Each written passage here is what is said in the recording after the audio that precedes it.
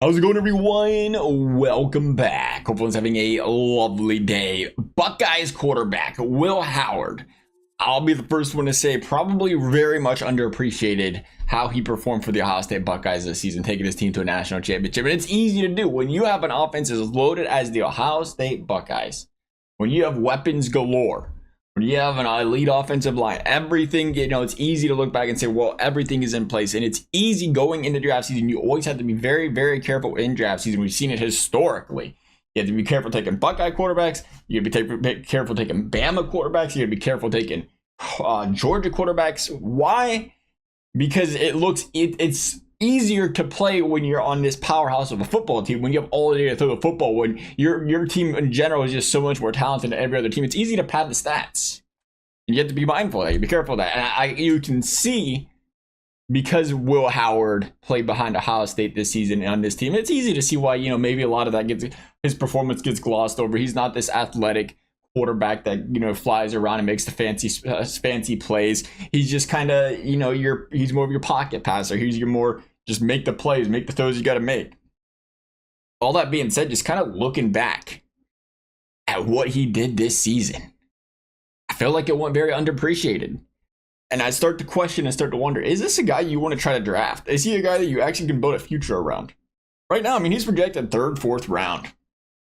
Pretty conservative approach at that point in time. Could we see that draft stock go up and up with the combine and everything else, leading up to the draft? Possibly.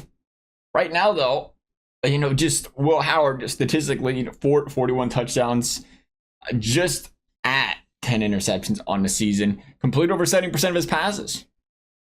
And the completion percentage is a big thing for me, because I think one of the things you can really do that we don't talk, one thing that's really difficult to do, again, is completely grade a player on a team like Ohio State because of the talent around him. But what you can do is slow down a second. Let's look at this completion percentage.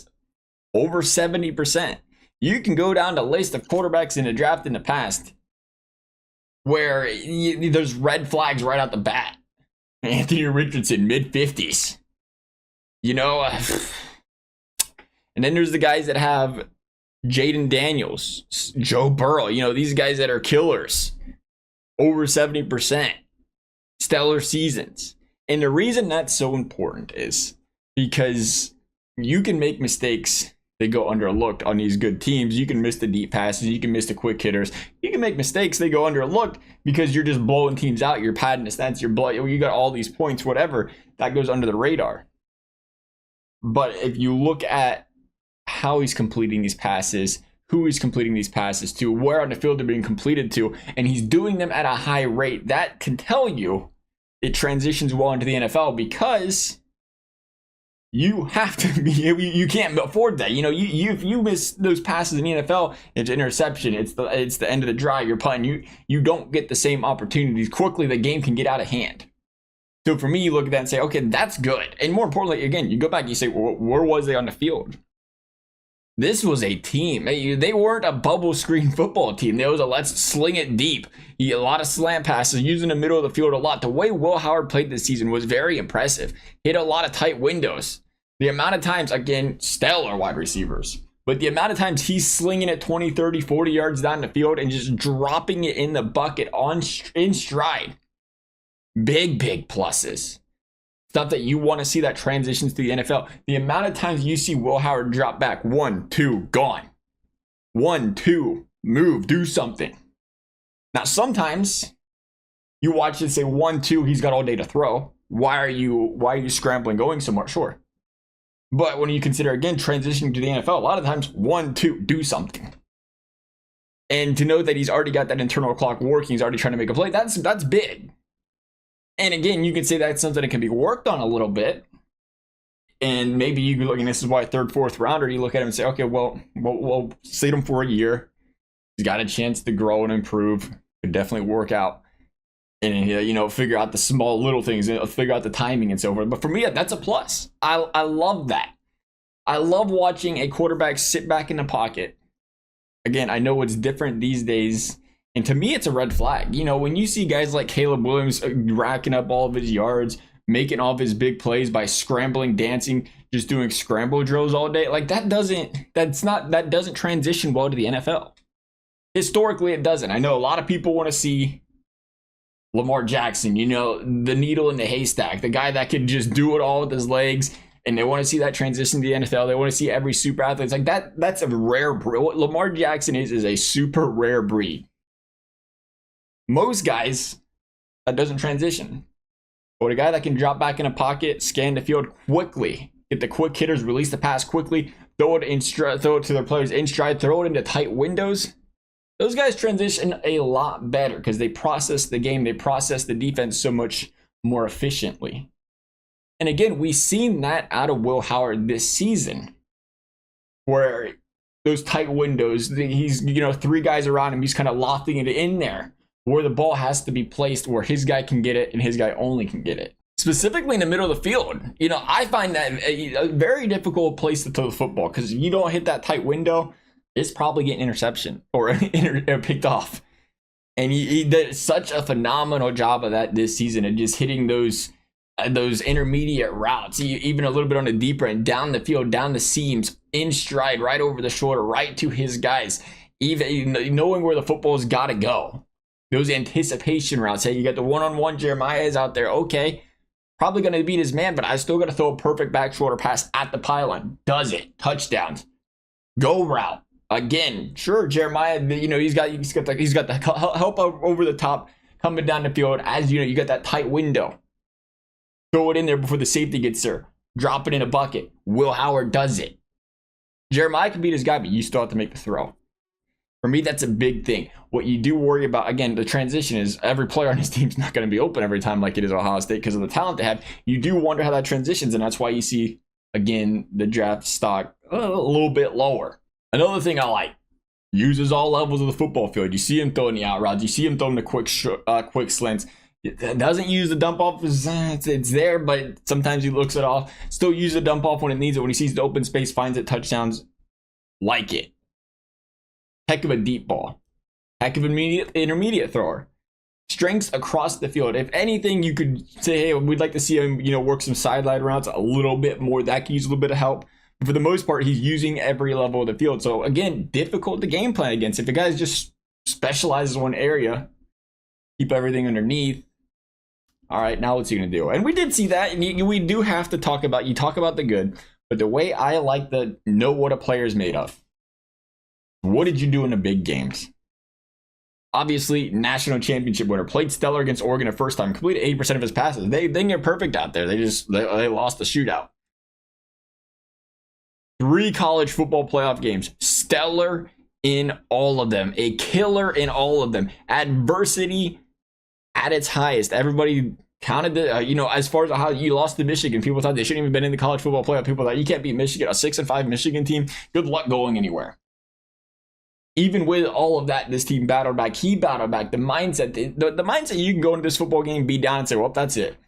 But come out with that killer instinct. Important. Something you want in your quarterbacks is when they play their best under the brightest lights.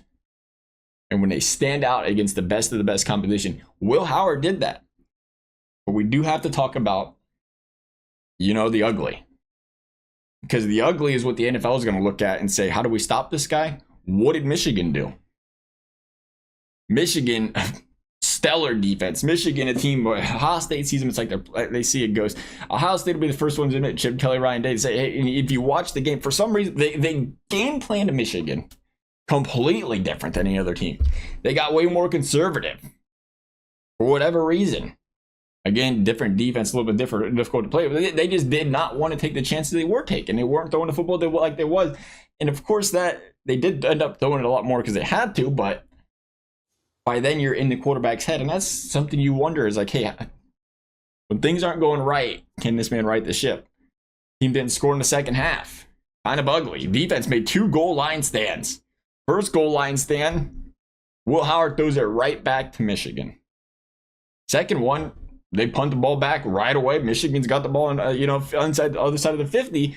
Fourth quarter. That's when you want to see your quarterback stand up. My defense just made a big stop. Take that football, get on the field. So that's a concern. Definitely going to put that as a weakness. It's hard to see. There's not a lot of games where Ohio State played in these tight football games, late in games, where you question the clutch factor. Even the college football playoff games, they was running away with games. Defense made a big stop to blow it open. Kind of like they did in Michigan, but they couldn't connect. You do worry about that. Definitely worry about that. But that's stuff you can look at and say, hey, again, you're not playing him the first year. He's got a chance to grow and to improve. We know he's got the abilities in other areas of the field. And 10 interceptions. I know what a lot of people look at. In today's day and age, the touchdown to interception ratio is ever so important. The difference between 8 interceptions and 4 can be the difference in your MVP, no matter how stellar the rest of the season was compared to anything. You threw the ball, turned it over 8 times, or knock you down a lot. And it makes sense because, you gave the football away. You made the biggest mistakes you can make as a quarterback. But 10 interceptions. Do I worry about that? Got to look more into it. 2 interceptions against Michigan. First one, again, off the goal line stand.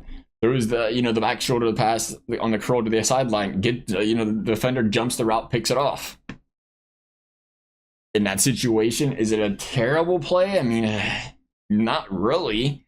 You just got to take the football, so where only your receiver can get it out wide to the sideline. So I don't hate the decision. Second one, I believe it was at Abuka, wide open on the crosser. He just threw it behind him. He threw it behind him, badly behind him, but it was a good read, great read. Just threw it behind him. So when you can look at interceptions, you look back and say, hey, he's making good reads. They're not just boneheaded plays. That's a big plus. More importantly, you want to talk about the interceptions mattering. Guys that were their drafted year with 10 or more interceptions: Peyton Manning, Patrick Mahomes, Lamar Jackson, Jalen Hurts. I mean, just to name a few. Can't dig too much into it. How much they grow from it, how much they learn from it, how much they don't make the same mistakes again. And when you get embarrassed by Michigan and you come back with a vengeance and you play your best ball the next 3 football games, that is a quarterback, and a quarterback with a mindset that I want to have on my football team. And overall, when I look at Will Howard, I would probably be happy taking a 2nd round pick chance on him. Again, when you take him 2nd and 3rd round, you're saying, hey, I'm okay with him not starting right now. I'm okay with him sitting for a season. And then you can build around him. Use that 1st round pick to get an offensive lineman. If you drafted him into a bad situation, of course, I don't know how it would go. It doesn't work. It doesn't work a lot of times when you draft a quarterback and put it by no offensive line. Joe Burrow is really the one exception we've seen in the last 5, 6, 7 years. For the most part, they can't protect the quarterback. They get destroyed. So you build a team around him, kind of like the Texans with C.J. Stroud. You build a team around him that can protect the quarterback. We've seen a difference in protection last year to this year in, C.J.'s performance. You put him in a better situation and build that confidence. You can see this guy be a solid football player. And again, looking back, can only look at offensive line like Ohio State. You're not getting pressured a lot. But if you look at the 4 football games where Will Howard was sacked 2 or more times this season, never had a completion percentage below 66.7. Never lost a game. So when the pressure was on, a little bit more disturbance back there, quicker clock, played stellar. Played well enough, at least to win a football game. And again, that's where you look back and say you do see a lot of quick hitters. Even though he has all day to throw the football, all day to look for the big play, you see Will Howard quickly settle for the slanters, quickly settle for the guys open, even with the time. And you want that. You want the quick internal clock, the quick decisions. You want to know where you're going with the football. Good qualities for for a quarterback going into the NFL. And, again, I would be happy to draft him. Not as a Bengals fan, because we got Joe Burrow, but I mean, if you're a football team looking for a quarterback, maybe you're a transition year, maybe you're going after an Aaron Rodgers type of guy for a season, maybe you're the Rams saying, how long do we have with Matthew Stafford? Situations where your quarterback's kind of expiring and you put him behind you for a year or two. Oh, I'd love that. I think that's the best case situation. And I think I can't get the comparison in my head. I don't like comparing quarterbacks because it's like, is it really, you're really comparing them to these guys? But I keep thinking Big Ben. I keep thinking Ben Roethlisberger. And another quarterback, 10 interceptions, by the way, in college. But, big quarterback, doesn't run the ball. But he does have the ability to shrug off tackles. He has the ability to extend plays with his legs if he needs to. And again, kind of like Big Ben, you do see everyone. He's going to turn. There's a good chance he's going to turn a football over sometimes. Maybe he fixes that. Maybe, again, you just see some poor throws every once in a while. Good reads, poor throws. or situations that matter, but you can be a great quarterback in the league. Maybe not top 3, but good enough to win a championship kind of quarterback with a team around you. Could you see that at Will Howard? Sure. Nonetheless, as always, love y'all's thoughts. If you enjoyed the video, I'd appreciate you consider liking, subscribing. You never have to. Thank you all for watching. We'll see you next time.